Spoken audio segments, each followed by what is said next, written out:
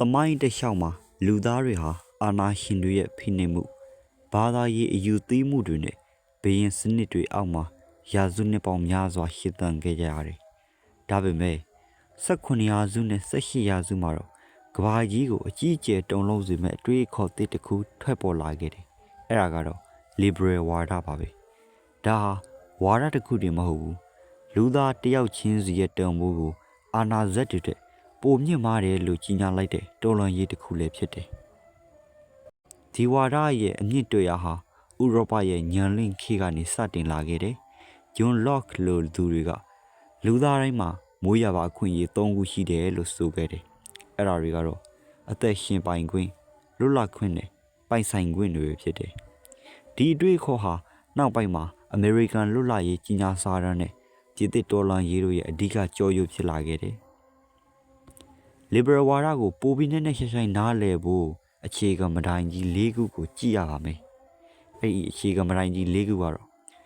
အဖွဲ့အစည်းရဲ့အကျိုးစီးပွားထက်တဦးတယောက်ချင်းစီရဲ့ရွေးချယ်ခွင့်ကိုပိုပြီးတော့ဦးစားပေးရမယ်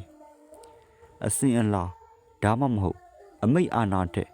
ကြိုးကြောင်းစင်ကြီးတုံတရားနဲ့သိပ္ပံနိကြဆုံးဖြတ်ချက်တွေကိုအခြေခံတယ်။အခွင့်အရေးဒန်းတူညီမျှမှုရှိရမယ်။ဥပဒေဆိုတာလူတိုင်းအတွက်တူညီတဲ့စွမ်းနှုန်းတစ်ခုဖြစ်ရမယ်။ဥပဒေရဲ့အထက်မှာဘယ်သူမှမရှိရဘူး။မတူညီတဲ့အယူအဆမတူညီတဲ့ဘာသာတရားတွေနဲ့မတူညီတဲ့လူအုပ်စုတွေဟာငြိမ်းချမ်းစွာအတူရှင်တွဲနေထိုင်ကြရမယ်။ယနေ့ကမ္ဘာမှာ liberal ဝါဒဟာအောင်မြင်မှုတွေအများကြီးရခဲ့တယ်လို့ပဲစိန်ခေါ်မှုတွေလည်းရင်ဆိုင်နေရတယ်။စီးပွားရေးအရလွတ်လပ်တဲ့ဈေးကွက်စီးပွားရေးစနစ်ကိုဖော်ဆောင်နိုင်ခဲ့ပေမဲ့ချမ်းသာတဲ့သူနဲ့ဆင်းရဲတဲ့သူကြားကွာဟချက်တွေဟာကျယ်ပြန့်လာတယ်။ဒါကြောင့်ခေတ်သစ် liberal ဝါဒဟာလူမှုဖူလုံရေးနဲ့တရားမျှတမှုကြားမှာညကြေတစ်ခုကိုရှာဖွေနေရဆဲပဲဖြစ်တယ်။ liberal ဝါဒဆိုတာပြီးပြည့်စုံတဲ့ဝါဒတစ်ခုတော့မဟုတ်ပါဘူး။ဒါပေမဲ့လူသားတွေကိုအမောင်ခေတ်ထဲကနေ